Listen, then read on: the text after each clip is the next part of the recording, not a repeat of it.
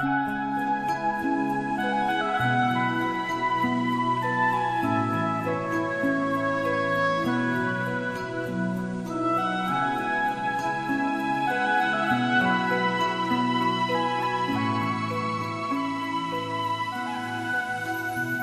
מאזיננו שלום רב וברכה רבה.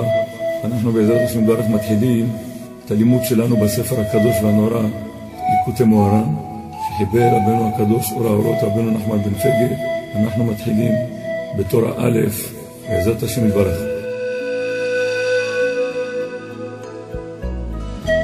דע כי על ידי התורה נתקבלים כל התפילות וכל הבקשות שאנו מבקשים ומתפללים, והחן והחשיבות של ישראל נתעלה ונתרומם בפני כל מי שצריכים, הן ברוחני הן בגשמי.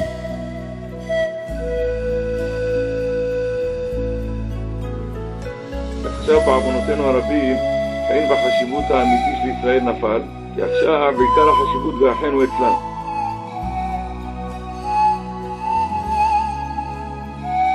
אבל על ידי התורה נתעלה החן והחשיבות של ישראל, כי התורה נקראת איילת אהבים בעלת חן, שמעלה חן על עומדיה, ועל ידי זה נתקבלים עם כל התפילות והבקשות.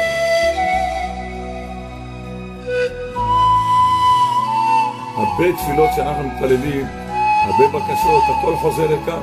אז לפתוח פתח לדבר הנפלא הזה, שתפילות ובקשות יתקבלו, זה הכלל גדול שנלמד כאן בתורה הזאת.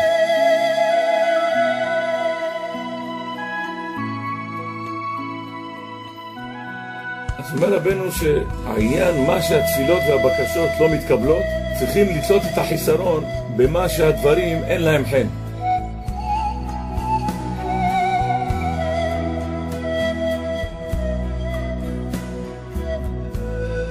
החן הוא זה שגורם שהתפילות והבקשות יתקבלו.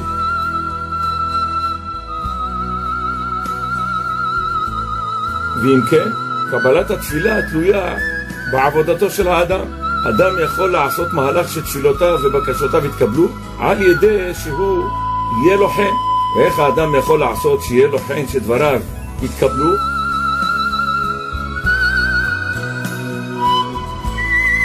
זה החידוש הגדול כאן שרבנו נוקט, שהחן הזה הוא פועל גם כביכול כלפי שמיים. גם הקדוש ברוך הוא יש לו התייחסות לחן הזה, ונוח מצא חן בעיני השם.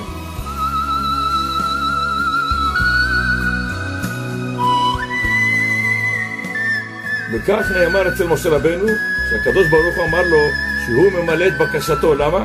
כי מצאת חן בעיניי.